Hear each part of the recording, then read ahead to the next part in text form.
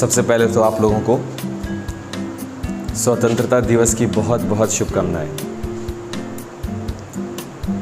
बहुत दिन के बाद ऐसा मौका मिला है कि जब हम ऑफ बीट होकर के कुछ कहने वाले हैं। जनरली हम तुम लोगों को क्लास का सिर्फ लेक्चर ही दिए हैं, इससे ज़्यादा कुछ भी नहीं, या फिर हंसी मजाक थोड़ा बहुत हुआ है, ठीक है।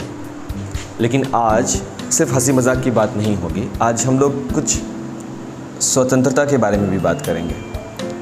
लेकिन हाँ, 5 मिनट का टाइम लेंगे, ज़्यादा समय नहीं लेंगे। तो इस बात का ध्यान रखना कि 5 मिनट से ज़्यादा हो तो हमको याद दिला देना कि सर 5 मिनट क्रॉस कर रहा है, ठीक है।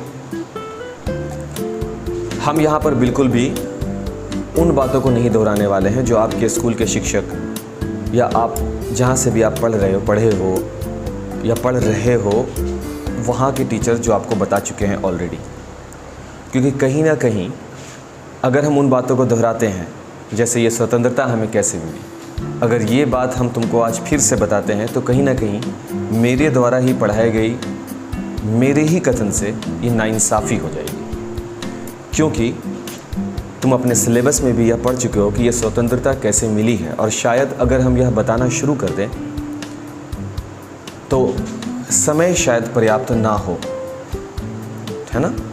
किसी एक के साथ तो ज़रूर नाइंसाफ़ी होगी, क्योंकि इतनी वीरांगनाएं का जिक्र आने वाला है जिसकी कोई सीमा नहीं है। उन सैक्रिफाइसेस को अगर हम बताना शुरू कर दें, इसलिए बाबू हम उस टॉपिक पर नहीं जाने वाले, क्योंकि शायद वो तुम्हारा पढ़ा हुआ है, चाहे वो मेरे द्वारा पढ़ाया गया हो या आपके किसी भी दूसरे शिक्षक के द्वारा, ठीक है। इन सब के परे हम तुमको फ्यूचर के बारे में भी नहीं बताने वाले कि भविष्य का निर्माण करने के लिए तुमको क्या करना चाहिए, क्योंकि आज के दिन यह बातें भी बेमानी ही होंगी। क्योंकि अगर आप फ्यूचर को देखना चाहते हो ना, तो उसको प्रेजेंट से ही जोड़ना होगा और आपको अपने आज को बेहतर करना होगा।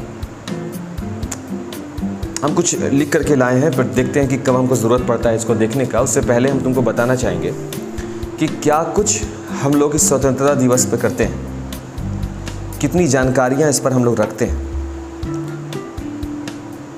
जन गण मन ये हम लोग गाते हैं,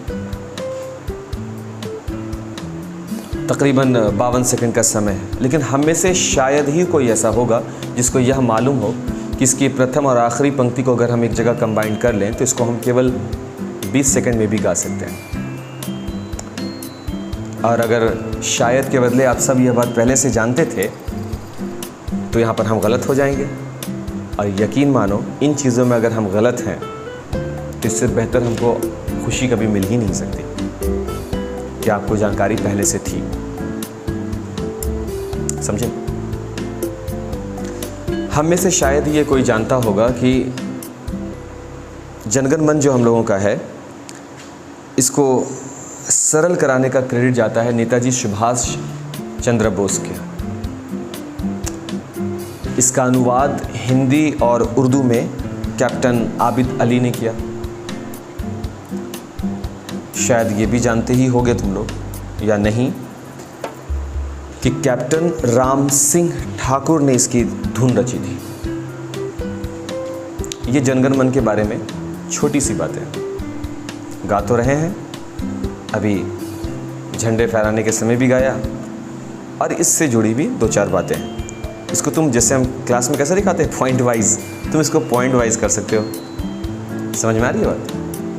और भी कुछ ज़रूरी बातें हैं, अहम बातें हैं जिसको हम नोट करके लाए हैं। और हम बिल्कुल बोले ना 5 मिनट से ज़्यादा समय नहीं लेंगे, बात मेरी अब शुरू हो रही है। 5 मिनट लेंगे। तो जनगण मन का वास्तविक अर्थ क्या हो सकता है? गा तो रहे हैं, क्या इसका वास्तविक अर्थ की कोई जानकारी? हिंदी अर्थ इसका कहीं भी नहीं मिलता है। जनगण मन का हिंदी अर्थ हमें कहीं नहीं मिलता है। इसका हमको केवल और केवल निजी अनुवाद मिलता है। और निजी अनुवाद क्या होता है, हिंदी अर्थ क्या है, इसके बारे में हम लोग क्लास में आप लोग अपने हिंदी टीचर से परामर्श कर सकते हैं। समझे? इसका कहीं भी वास्तविक अर्थ नहीं लिखा गया है, इसका हिंदी अर्थ कहीं नहीं मिल रहा, इसका निजी अनुवाद मिलता है। अपनी अपनी विचारधारा के अनुरूप, अपनी अपनी विचारधारा के अनुसार लोगों ने इसकी व्याख्या की है, किंतु एक तयशुदा अर्थ जो एक्चुअल में इसका होना चाहिए, वो तयशुदा अर्थ इसका कहीं भी नहीं मिलता है, कहीं भी नहीं। राष्ट्रगान का हमारी देशभक्ति से जीरो संबंध है। जी, राष्ट्रगान का हमारी देशभक्ति से जीरो संबंध है, लेकिन इसका हमारे अनुशासन से पूर्ण संबंध है। अनुशासन मीन्स डिसिप्लिन। सोच रहे हो क्या है डिसिप्लिन? पूर्ण संबंध है। यह एक व्यवस्था है। राष्ट्रीय प्रतीक, सिंबल,